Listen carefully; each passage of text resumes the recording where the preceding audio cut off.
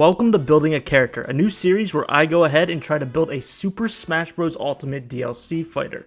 Since I just recently uploaded a video on the nefarious Dr. Eggman as a DLC character in Smash, you should totally go check out that video after this, by the way, I will be designing the ultimate Dr. Eggman for Super Smash Bros. Alright, hit that subscribe button and let's get into it. Fortunately for us, Dr. Eggman's design has pretty much stayed consistent throughout the Sonic games. The only really notable modern Eggman redesigns were that of Sonic 06 and Sonic Boom.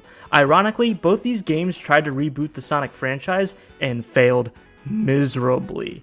I personally am a fan of the art designs in Sonic Riders, but that is a niche look. So here is what I would do for Dr. Eggman's overall costume design. His classic Robotnik look could be 2 to 3 alternate color swaps. One alternate costume would have the Sonic Boom design, and another would just have the Sonic Rider's scarf and goggles. The rest of the costumes would just be color swaps of his red jacket. Like many others, I agree that Eggman's Eggmobile is as iconic a character as the mustache villain himself. Like Bowser Jr., Eggman would be in his Eggmobile on the battlefield. Eggman is a tall character, so they would have to scale some things down. I chose the Eggmobile over the Battle Mech from Sonic Adventure 2 because this is the only time the mech appeared in the Sonic series, along with it being too big and bulky. As a character, the Eggmobile can utilize unique attacks besides the Battle Mech's simple missile launchers. In all the Sonic games, the Eggmobile moves into multiple mechas that Eggman creates. I think it would be interesting if some of Eggman's mecha designs would appear for different attacks. Borrowing from Sonic Adventure 2's Battle Mech would be the protective armor power-up Eggman can find in the game. In Smash, if Eggman is at 100%, the protective armor would appear until Eggman is KO'd or the armor is broken. The armor would break when Eggman is over 150% damage. Protective armor would add super armor to Eggman, lower his knockback when hit, and decrease his opponent's damage done to him by 25%. Eggman's taunts would each reference a different era of Eggman. For example, one taunt could include Scratch and Grounder from The Adventures of Sonic the Hedgehog, an animated TV show in 1993. Another taunt could have Eggman holding an 8-bit Chaos Emerald from the classic Sonic games. And of course, we cannot forget to include Dr. Eggman's belly of a laugh. Borrowing from Bowser Jr.'s neutral attack, Eggman would have 2 boxing gloves come out of the Eggmobile. Eggman's neutral special would be Submarine Eggman. Submarine Eggman is a boss from Sonic the Hedgehog 2. Submarine Eggman has a cannon on the top of it that shoots a straight beam of fire across the screen. In Smash, it would do the same thing, but the longer you charge, the stronger and faster the beam is. A tricky thing about this move would be the positioning, since in Sonic 2, the cannon is on top of the Eggmobile. Eggman's neutral air would be based off of the Flying Eggman boss in Sonic 2.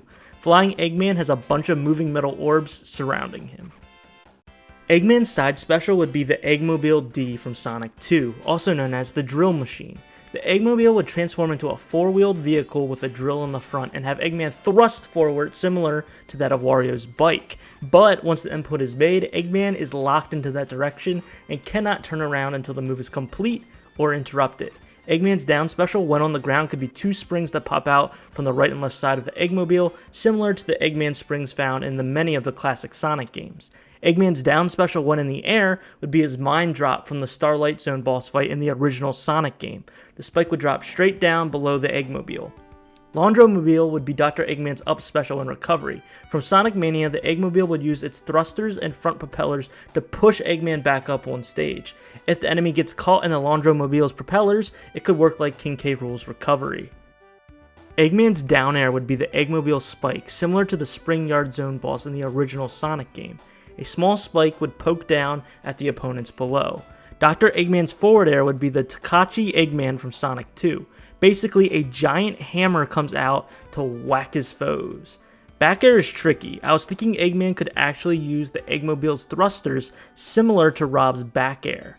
Eggman's up air could simply be Eggman sticking both his fists up and hit the enemy. Drill Eggman 2 from Sonic 2 would be Eggman's side smash attack, where 2 powerful drill arms come out just like Bowser Jr. I guess I'm borrowing 2 moves from the Koopa Kid. Dr. Eggman's up smash could be like Mega Man's, where 2 shock arms come out of the Eggmobile and attack upwards. Down smash would be 2 metal hammers coming out and smashing both sides of the Eggmobile. The Catcher Eggman crane would be used for every grab Eggman has. Dr. Eggman's final smash would be his legendary Death Egg final boss form from the first Sonic game. The Death Egg would appear in the background on the stage similar to that of Giga Bowser. Eggman could then move a reticule over an opponent to unleash a devastating beam. Alright everybody, that is going to wrap up this first ever episode of building a character. What did you think? Please let me know in the comments below. If you haven't already, please subscribe and like the video if you made it this far. Let me know which characters you want me to do in the next video. I'm OCDsaster and I hope you have a smash-tastic rest of your day. See ya!